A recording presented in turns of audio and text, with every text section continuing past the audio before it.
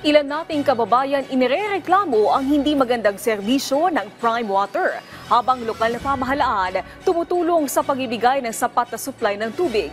Mga paunang aksyon ng LGU, alamin natin sa sentro ng balita ni JM Pineda.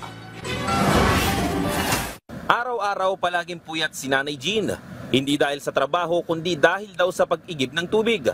Alas 12 ng madaling araw lang daw kasi nagkakaroon ng tubig sa kanilang lugar at pagdating ng umaga, kahit patak wala na. Mahirap kasi okay na mawalan ng kuryente basta tubig hindi eh. Lahat kailangan ng tubig.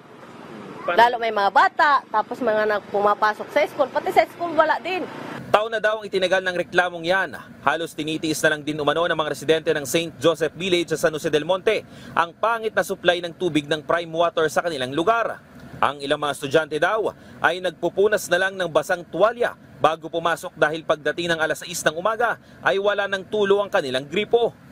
Ngayong tag-init, importante ang tubig para makaligo. Yan din yung pangangailangan syempre para makapaghugas ng pinggan at makapaglaba.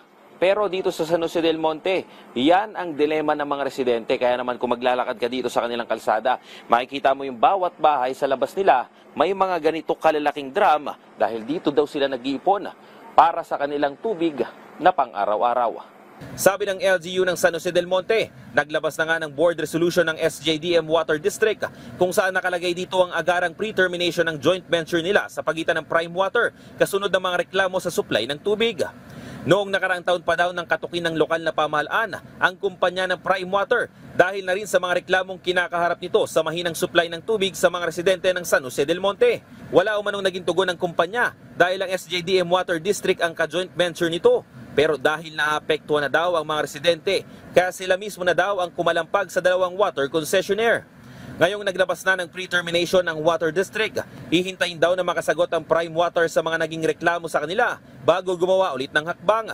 Sa ngayon, nagbibigay ng tulong ng supply ng tubig ang LGU sa mga apektadong lugar para masiguro na may mapagkukunan ng tubig ang mga residente. Actually, last year bumili na kami ng 2 water lorry at ngayong taon na to, another 2 water lorry pa rin ang itang binili namin para to supply, para tumulong kami sa Prime Water sa pagde-deliver ng tubig. No? Ayon pa sa LGU, nakikita nila na gumagawa rin ng hakbangin ng Prime Water sa problemang kinakaharap ng lungsod sa supply ng tubig. Nagkakaroon nga daw ng ilang mga pipe rehabilitation sa ibang mga lugar sa SJDM kung saan nakakaranas ng paghina ng tubig. Siyempre ang tingin namin talagang total rehabilitation. Yun ang talaga, hindi yung panandalian or pansamantala lang. Kamakailan lang din na maglabas ng isa pang board resolution ng Water District. Dito ay pinapayagan nilang makapasok ang ibang private water concessionaire sa 5 barangay sa SJDM na hindi pa gaanong nasusuplayan ng tubig. JM Pineda para sa Pambansang TV sa Bagong Pilipinas.